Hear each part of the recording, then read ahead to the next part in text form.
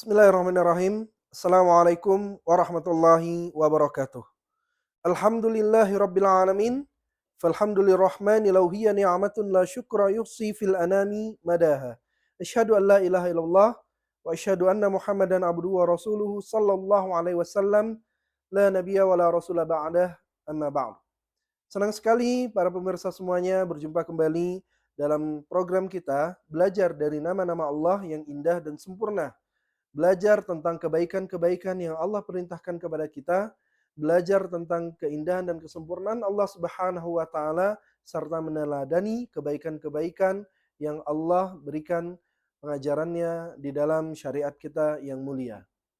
Pada hari ini kita akan melanjutkan kembali tema kita yang sebelumnya masih dalam bagian pembahasan besar terkait dengan belajar dari nama Allah Asy-Syakur.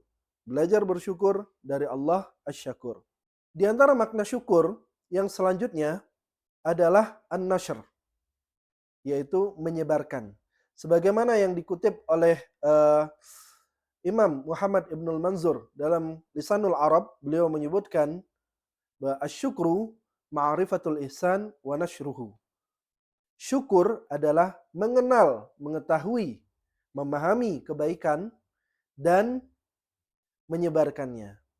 Menyebarkan kebaikan ini adalah sebuah bagian dari bentuk syukur. Karena dengan menyebarkan kebaikan artinya kita menganggap sesuatu itu adalah sesuatu yang berharga. Kita ingin menunjukkan kepada orang lain sesuatu yang bagi kita sesuatu itu menarik, bagus dan baik. Nah, Allah Subhanahu wa taala telah terlebih dahulu memberikan contoh-contoh kepada kita bahwa Allah Subhanahu wa taala sangat mensyukuri hamba, dan di antara bentuk syukur Allah Subhanahu wa taala kepada hamba adalah dengan menyebarkan kebaikan-kebaikan mereka sehingga menjadi kebaikan yang berkah, kebaikan yang meluas, kebaikan yang menyebar sehingga pelakunya menjadi harum namanya, menjadi eh, kebaikan menjadi terpandang kebaikan-kebaikannya di mata Allah, di mata malaikat dan makhluk-makhluknya. Allah Subhanahu wa taala menyebarkan kebaikan-kebaikan hamba ini dengan cara sebagaimana yang sudah kita bahas pada pertemuan-pertemuan sebelumnya. Di antaranya Allah Subhanahu wa taala akan bertanya kepada para malaikat untuk meneguhkan, mengokohkan, untuk menguatkan kebaikan seorang hamba. Sebagaimana di dalam hadis yang sudah pernah kita bahas sebelumnya, bahwa Allah Subhanahu wa taala bertanya di antara pergiliran waktu malaikat siang dan malaikat malam, di antara dua waktu, yaitu di waktu subuh dan di waktu asar. Allah Subhanahu wa taala bertanya kepada para malaikat, "Bagaimana engkau jumpai hambaku?"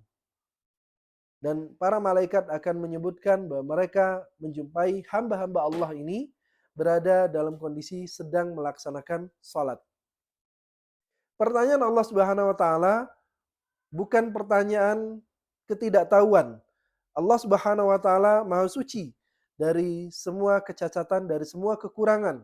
Allah Maha tahu akan segalanya. Dan Allah Subhanahu wa taala dengan pengetahuannya tetap bertanya kepada para malaikat dalam rangka untuk menyebarkan kebaikan hamba ini agar dikenal semakin luas. Allah Subhanahu wa taala di dalam hadis juga disebutkan bahwa Allah ketika mencintai seorang hamba maka akan memanggil malaikat Jibril, dan lalu kemudian Allah menyebutkan bahwa dia mencintai fulan. Allah mencintai hambanya, si fulan atau fulanah. Lalu kemudian malaikat Jibril alaihissalam akan menyiarkan, akan menyebarkannya kepada para malaikat yang ada di langit. Para malaikat yang mendengarnya pun juga akan menyebarkannya ke seluruh makhluk. Di antaranya ada malaikat-malaikat penjaga gunung yang akan mengabarkan kepada gunung bahwa Allah mencintai si fulan, bahwa Allah menyukai si fulan.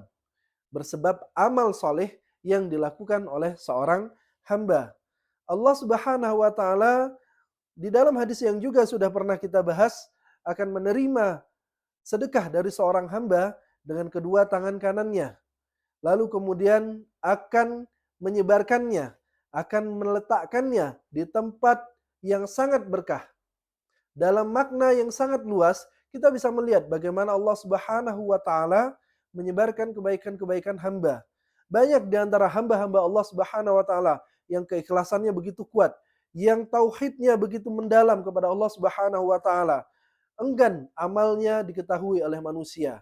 Tapi bagian dari Allah Subhanahu wa taala mengakui atau menghargai amalannya, mensyukuri amalan hamba ini. Allah Subhanahu wa taala membocorkan rahasia-rahasianya. Allah Subhanahu wa taala menampakkan kesolehannya di antara manusia sehingga muncul kecondongan dan kecintaan di hadapan para makhluknya. Dan ini adalah hadiah dari Allah Subhanahu wa taala terhadap amal-amal yang dilakukan kepada Allah Subhanahu wa taala dengan ikhlas dan berharap pahala dari Allah Subhanahu wa taala semata. Allah Subhanahu wa taala menyebarkan kebaikan hamba juga lewat mengisahkan sebagaimana kisah di antara yang sudah pernah kita bahas. Allah Subhanahu wa taala mengisahkan tentang kekagumannya terhadap penjamu tamu Rasulullah sallallahu alaihi wasallam. Bagaimana Rasulullah sallallahu alaihi wasallam diberitahukan oleh Allah tentang kebaikan seorang hamba yang tidak ada seorang pun yang mengetahuinya. Di kala malam yang tidak ada seorang pun melihat dan mendengar mereka, berbisik mereka, kemudian menawarkan makanan dan berpura-pura makan di hadapan tamu.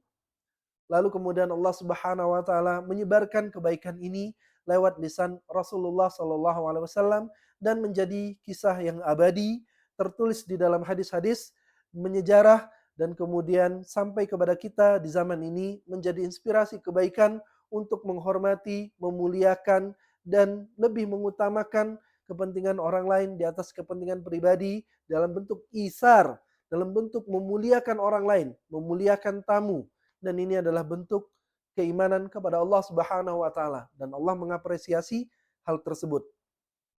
Allah Subhanahu wa taala juga banyak mengisahkan kisah-kisah di dalam Al-Qur'an tentang kaum-kaum terdahulu, tentang orang-orang soleh, tentang para nabi, bagaimana keteguhan mereka, bagaimana kokohnya jiwa mereka, bagaimana tawakal dan tunduknya kepada Allah Subhanahu wa taala.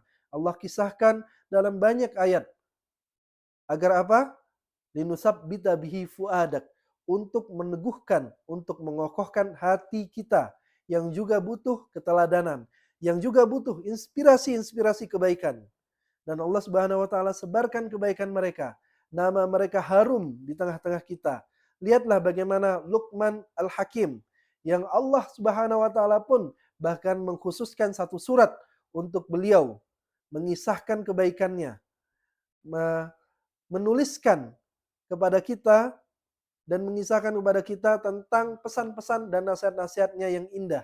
Demikianlah Allah Subhanahu wa taala menyebarkan kebaikan-kebaikan hamba yang beriman kepada Allah Subhanahu wa taala. Bahkan tidak hanya itu, Allah Subhanahu wa taala juga mencatat di dalam Al-Qur'an tentang kisah Ashabul Kahfi, di mana di antara mereka ada yang membawa seekor anjing. Seekor binatang yang dianggap hina oleh banyak manusia. Seekor binatang yang menjadi perwakilan sesuatu yang hina, yang kotor, yang tidak baik. Namun Allah Subhanahu wa taala mencatatkan di dalam surah Al-Kahfi, "Wa tahsabuhum aiqadha wa hum rukud, wa nuqallibuhum zatal yamin wa zatal shimal, wa kalbuhum basitun dhira'ihi bil wasit." Dan engkau Muhammad menyangka mereka sedang tertidur. Sementara mereka dalam keadaan yang Allah buat mereka sebenarnya setengah sadar. Kemudian Allah membolak-balikkan tubuh mereka kanan dan kiri dengan tujuan supaya mereka dalam keadaan yang baik. Wa tahsabuhum aiqadha wa hum rukud wa nuqallibuhum zatal yamini wa zatal shimal wa kalbuhum basitun dhira'ihi bil wasid. Setelah Allah Subhanahu wa taala menceritakan bagaimana kondisi Ashabul Kahfi yang ketika itu disangka seperti orang yang tidur. Kemudian Allah Subhanahu wa taala mengisahkan wa kalbuhum basitun dhira'ihi bil wasid. Di antara mereka ada seekor anjing yang berada di depan pintu gua sambil menjulurkan kedua kakinya. Allah Subhanahu wa taala merekam kejadian ini dan mengabadikannya di dalam Al-Qur'an.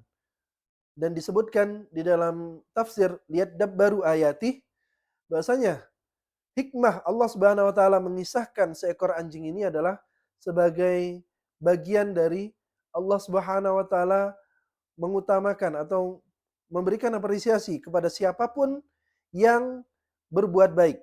Bahkan seekor anjing yang ikut bersama orang-orang yang baik, Allah masukkan dia menjadi bagian dari sejarah kehidupan mereka yang begitu indah. Allah Subhanahu wa taala menjadikan anjing ini sebagai gambaran kalau Allah Subhanahu wa taala menghormati, menghargai bagaimana seekor anjing juga ikut dalam kegiatan atau dalam sebuah prosesi kebaikan, maka terlebih lagi manusia dan jin yang telah Allah berikan kepada mereka akal, yang telah Allah berikan kepada mereka tuntunan dan syariat yang jelas. Jika mereka beriman kepada Allah Subhanahu wa taala dan mengikuti apa yang ada di dalam syariat yang telah diturunkan kepada mereka, maka sungguh Allah akan memberikan penghargaan dan apresiasi terhadap amal-amal mereka. Demikian pula kita diajarkan oleh Allah Subhanahu wa taala untuk menyebarkan kebaikan, untuk menyebarkan nikmat-nikmat Allah Subhanahu wa taala. Allah Subhanahu wa taala berfirman, "Wa amma bi ni'mati rabbika fahaddits." Maka adapun dengan nikmat-nikmat Tuhanmu, maka ceritakanlah.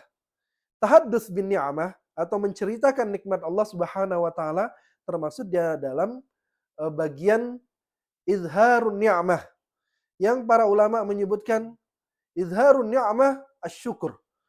Menampakkan nikmat Allah Subhanahu wa taala adalah bentuk syukur dan menyembunyikannya wakatmuha, menyembunyikan nikmat itu, tidak menyebarkannya, maka itu termasuk di dalam kufur atau tidak bersyukur. Allah Subhanahu wa taala memerintahkan kepada kita untuk menyebarkan kebaikan. Namun tentu ada rambu-rambu yang perlu kita ikuti di dalam menceritakan kebaikan-kebaikan agar kebaikan ini tidak berdampak menjadi sesuatu yang buruk. Di antara manusia banyak yang mengisahkan keberhasilan dirinya, prestasi yang dia raih untuk membangga-banggakan dirinya. Lihatlah Qarun dengan harta yang dia dapatkan, dengan apa yang Allah berikan nikmat kepadanya, dia sampaikan kepada manusia hartanya begini, namun dia mengingkari bahwa itu semua dari Allah Subhanahu wa taala. Tahaddus bin ni'mah atau menceritakan nikmat-nikmat Allah bagian dari bentuk syukur kita. Juga ada rambu-rambu yang perlu kita ikuti dalam menceritakan nikmat Allah Subhanahu wa taala. Yang pertama adalah niatnya. Niat untuk menceritakan kebaikan Allah Subhanahu wa taala adalah niat untuk mengagungkan Allah Subhanahu wa taala. Niatnya bukan untuk membanggakan diri. Niatnya bukan untuk membesarkan nama kita masing-masing. Tapi lebih daripada itu, kita meninggikan Allah, kita memuji Allah, kita mengagungkan Allah Subhanahu wa taala. Setiap kisah atau kebaikan-kebaikan Allah yang kita ceritakan kepada orang lain, maka sertakanlah dengan ucapan alhamdulillah. Alhamdulillah Allah berikan kenikmatan bagi kami untuk bisa berangkat haji. Alhamdulillah Allah berikan kepada kami kenikmatan untuk bisa mengumrohkan orang tua. Alhamdulillah Allah berikan kepada kami kenikmatan untuk bisa mengajar Al-Quran dan yang lain-lainnya. Sertakanlah senantiasa di dalam menceritakan nikmat-nikmat Allah Subhanahu wa taala, pujian kepada Allah Subhanahu wa taala, agar orang yang mendengar kagum dengan kebaikan Allah Subhanahu wa taala dan tidak menimbulkan rasa iri di hati orang-orang yang hatinya memiliki penyakit. Kemudian, tahaddus bin ni'amah harus disampaikan kepada orang-orang yang selamat hatinya, bukan kepada orang-orang yang di dalam hatinya memiliki penyakit.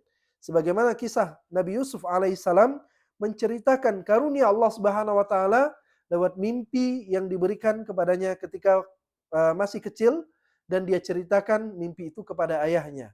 Lalu ayahnya melarang Nabi Yusuf kecil untuk menceritakan kisah itu kepada para saudara-saudaranya, karena Nabi Yakub alaihissalam melihat pada anaknya terdapat rasa iri, terdapat kecondongan untuk hasad, sehingga menyembunyikan nikmat di hadapan orang yang memiliki penyakit hati ini adalah lebih utama. Kemudian, tahaddus bin ni'mah juga selayaknya dilakukan dengan berbagi kenikmatan. Sebagaimana di dalam hadis yang diriwayatkan oleh Imam Al-Bukhari dari Abu Hurairah radhiyallahu an, Rasulullah sallallahu alaihi wasallam bersabda, barang siapa di antara kalian yang diberikan sesuatu kebaikan, maka hendaklah dia berbagi kepada saudaranya. Ini menjadi dasar di antara sebagian budaya kita ketika mendapatkan sesuatu untuk melakukan syukuran. Ketika kelahiran anak, mereka mengadakan syukuran, atau yang kita kenal dengan akikah. Ketika sunatan, mereka melakukan syukuran. Ketika khatam Quran, mereka melakukan syukuran. Ini adalah bentuk dari menyebarkan kebaikan, menyebarkan atau izharun ni'mah di antara hamba-hamba Allah Subhanahu wa taala. Dan hendaknya ini dilakukan dengan cara-cara, dengan aturan-aturan yang kita harapkan bukan berdampak menghasilkan kesombongan, bukan larinya ke arah hal-hal yang tidak baik. Tapi kita berharap mudah-mudahan ini menjadi wasilah bagi orang lain untuk bisa mengenal kebaikan-kebaikan Allah Subhanahu wa taala. Berbagi kenikmatan kepada sesama. Kemudian Allah Subhanahu wa taala juga mengajarkan kepada kita untuk senantiasa menyebarkan kebaikan-kebaikan dalam bentuk dakwah. Di mana Rasulullah sallallahu alaihi wasallam bersabda, "Man dalla ala khair", siapapun yang menunjukkan kepada kebaikan, kafa'ilihi, maka dia akan mendapatkan pahala seperti orang yang melakukan amalan tersebut, mencontoh dari orang yang mengajarkan ini tanpa mengurangi pahala orang yang beramal. Maka mari kita rajin-rajin tebarkan kebaikan di antara kita. Seringlah menceritakan kebaikan-kebaikan yang ada di antara kita. Seringlah memuji Allah Subhanahu wa taala atas nikmat-nikmatnya yang ada pada kita. Kemudian juga tampakkan nikmat Allah Subhanahu wa taala dalam penampilan, dalam berperilaku, dalam apapun yang kita miliki, kita tampakkan di hadapan manusia untuk menunjukkan bahwa Allah Subhanahu wa taala adalah zat yang Maha Pemurah kepada hamba-hambanya yang beriman. Barakallahu lakum. Assalamualaikum warahmatullahi wabarakatuh.